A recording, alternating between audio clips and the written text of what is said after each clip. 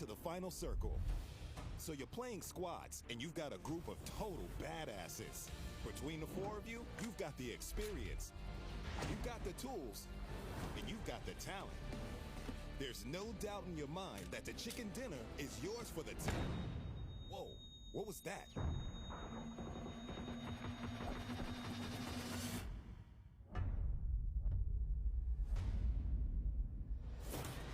Okay, looks like a more organized squad took you out. Here's a brief look at how to better organize your squad into squad roles. No matter how badass you think your squad is, if you're not organized in some way, you won't get very far.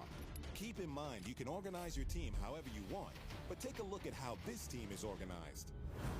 The squad leader calls the shots and is typically the member with the most game knowledge. The squad leader should be great at spotting enemies and is very handy with weapons like ARs and DMRs. They'll typically scout enemy locations and identify the enemy's movement. They'll then figure out the best route of approach. Hey, there's a squad looting in that house up ahead. Let's get a sniper in the back window and send the Fragger to flank around left. Finally, some action. Which brings us to our next squad member, the sniper. Communication is also key for the sniper, as they relay all the information they gather about enemy numbers to their team. 2 of them on the first floor. If the sniper is spotted, I'm taking one out. they need to be able to assassinate the spotter quickly and quietly. So a sniper rifle with a silencer should be their best friend. No squad is complete without the Fragger, or point lead. They're usually the most skilled when it comes to combat. It's up to them to lead any aggressive push or flank into enemy territory.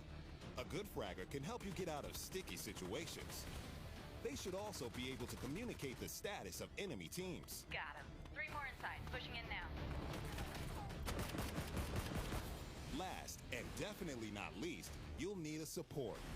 If you have a beginner in your squad, this is a good role for them, as it requires someone who can take direction well. It's good to designate this person as the driver, too. When things go south, you never want 2 people fighting over the driver's seat while the enemy is firing at you. In a breach scenario like this, the support role will follow close behind the squad leader or the Fragger.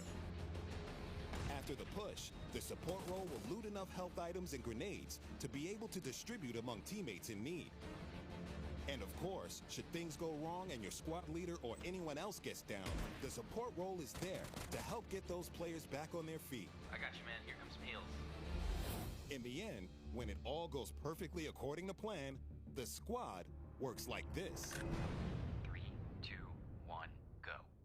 Frag out. 1 down. Breach, breach, breach.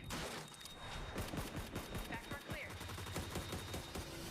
All clear. GG. Easy peasy. Not a chance. It's always important to organize your squad.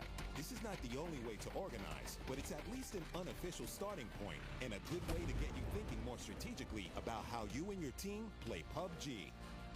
Until next time, keep playing PUBG.